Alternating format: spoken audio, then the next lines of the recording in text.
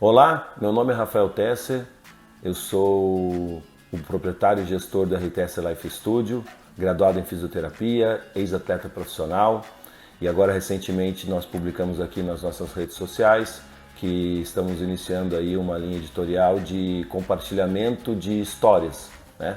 Depoimentos de clientes, de alunos acerca dos serviços que a gente presta aqui no estúdio, a saber, aulas de pilates, de treinamento funcional, técnicas de terapia manual, como a osteopatia, microfisioterapia, fisioterapia integrativa. E hoje eu estou aqui para contar, na verdade, a primeira história, que foi onde tudo isso voltado em especial para a terapia manual, né, mais especificamente a osteopatia, onde tudo começou. Começou, na verdade, comigo mesmo, como sendo um cliente, então eu vou contar a minha história, que foi essa história que fez com que a gente decidisse também oportunizar isso para outras pessoas, poderem ter essa experiência.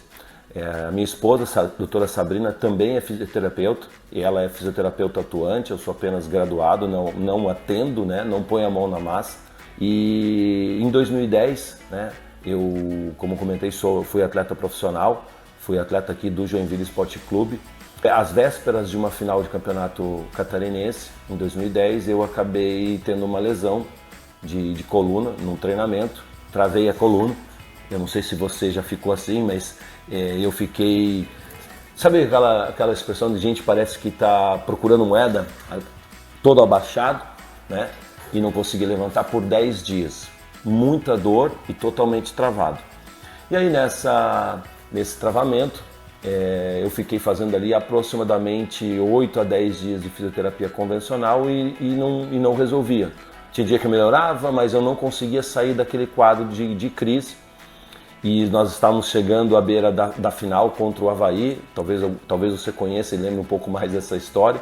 E aí o presidente do Joinville Esporte Clube até pressionou o médico do clube na época, para que eu pudesse, ele encontrasse uma terapia alternativa, alguma coisa assim, porque senão ele ia encontrar uma terapia alternativa para que eu pudesse estar disponível para jogar a final do campeonato.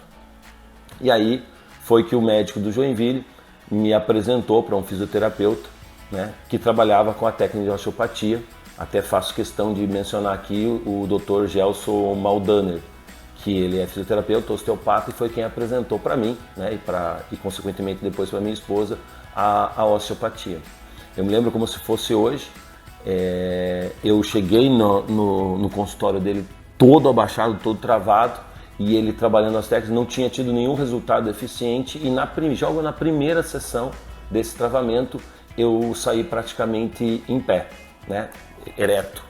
E era impressionante como ele trabalhava as técnicas e era uma coisa que eu, mesmo sendo graduado em fisioterapia, né, aliás, porque na época eu não era graduado, na época eu só tinha começado a fisioterapia e já tinha parado em virtude do esporte, mas a minha esposa já era fisioterapeuta, eu não tinha nunca ouvido falar daquela técnica. 3 dias depois a gente fez uma sessão, como se fosse uma sessão de retorno e como se fosse um milagre, parecia um milagre, tirado com a mão. Eu estava zerado e não sentia absolutamente mais nada. E algumas pessoas, e eu inclusive, fiquei assim, ó, boquiaberto, né, tentando entender de onde vinha tudo aquilo. E eu quero compartilhar isso com vocês porque assim, muitas pessoas conhecem a osteopatia apenas por esse lado, por esse viés do estrutural, né, que ele faz manobras que a gente chama são thrust, são manobras de manipulação, e que melhoram de fato bastante a pessoa.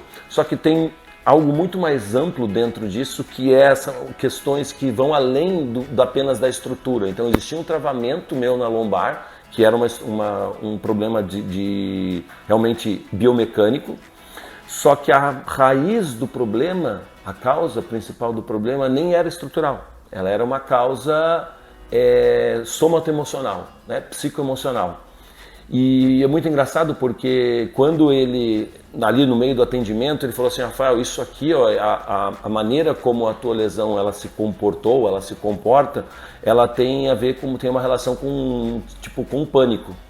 Eu olhei assim para cima, né? Falei assim, pânico? Eu não tenho nenhum desse tipo de problema, né? De ter pânico, não tenho receio, não tenho medo de nada. Eu sou uma pessoa destemida, não tenho medo da morte, não tenho medo de assalto, enfim. E ele falou, não, Rafael, a questão do pânico ele não é essa coisa que algumas pessoas atribuem apenas esse tipo de evento. O pânico, ele é você ter um medo que não justifica. Vou dar um exemplo para vocês. Medo de barata. Não tem sentido ter medo de barata, né? Não tem sentido ter medo de lagartixa. Mas existe ali um trauma. E a minha situação era uma situação bem voltada para isso, até não vejo problema nenhum compartilhar com vocês, que era na ocasião, quando ele me disse isso, me explicou, me contextualizou o que significava isso, eu entendi na hora, né? Isso veio à minha mente, que era uma situação que eu atravessava dentro do próprio clube, com uma troca de treinador, né, que estava para acontecer, e a troca de treinador no passado, ela tipo, marcava a minha experiência profissional como algo negativo, porque eu estava numa condição, quando havia troca, a novo treinador normalmente me gerava um problema na carreira, eu perdi um espaço, eu estava numa condição boa e daqui a pouco perdi, então a minha memória emocional já tinha guardado esse tipo de impressão. E aí, naquela ocasião, porque era um pânico, porque eu era titular da equipe, era referência, e só na minha alma, né, pensar nos meus sentimentos, que é uma área no cérebro que chama sistema límbico, conectar essa situação de troca de treinador, eu falei, olha que interessante, meu corpo já criou uma defesa, porque já, digamos, revivenciou as experiências passadas. E quando ele me trouxe aquilo à luz, ele, lógico, fez as manobras que tinham que ser sido feitas pensando em biomecânica, mas quando ele trouxe isso à luz, eu falei, poxa, trouxe para o meu cognitivo, né? E disse assim, eu não preciso temer nesse momento. Então, aquelas impressões que eu tive, né? Eu não devia permitir que elas, né? A gente usa muito uma expressão de ressignificar, eu não deveria permitir que elas fossem a realidade daquele momento. Então, o que foi do passado, e agora para frente era o presente, então eu não tenho que ficar lá esperando. Depois, se porventura a troca do treinador fosse ruim, beleza, né? Fosse algo prejudicial, paciência, mas essa foi a experiência que eu tive. Então, como que um passe de mágica, ele resolveu com a técnica da osteopatia o efeito, ou seja, o sintoma, aquilo que eu vinha sentindo, que era esse travamento, e me deu condição de jogar a final. E o melhor de tudo, resolveu a causa, que era o motivo pelo qual eu entrei em, digamos, disfunção.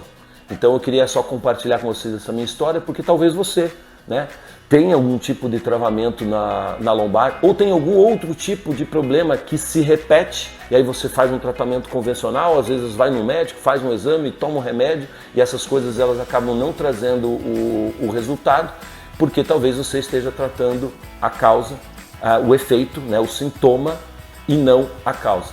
Então essa é a abordagem que a gente tem dentro da osteopatia. Você consegue trabalhar sim questões estruturais, biomecânica, como por exemplo disfunções osteomusculares, musculares, ligamentar, mas você vai além disso, você faz um trabalho somato-emocional e um trabalho de cognitivo, porque é importante que o teu cognitivo, que o teu intelecto tenha uma informação sobre um tipo de defesa que o teu corpo tem, e aí você consegue eventualmente ministrar coisas novas dentro de você, tá certo? Então eu gostaria de compartilhar essa minha história, porque talvez você tenha um caso parecido, e aí você, como eu disse na sequência, nós vamos ter outras histórias aqui para você poder ver se faz sentido para você e quem sabe ter uma outra alternativa de tratamento, um tratamento eficaz. Valeu, um abraço e desejo aí toda a saúde para você.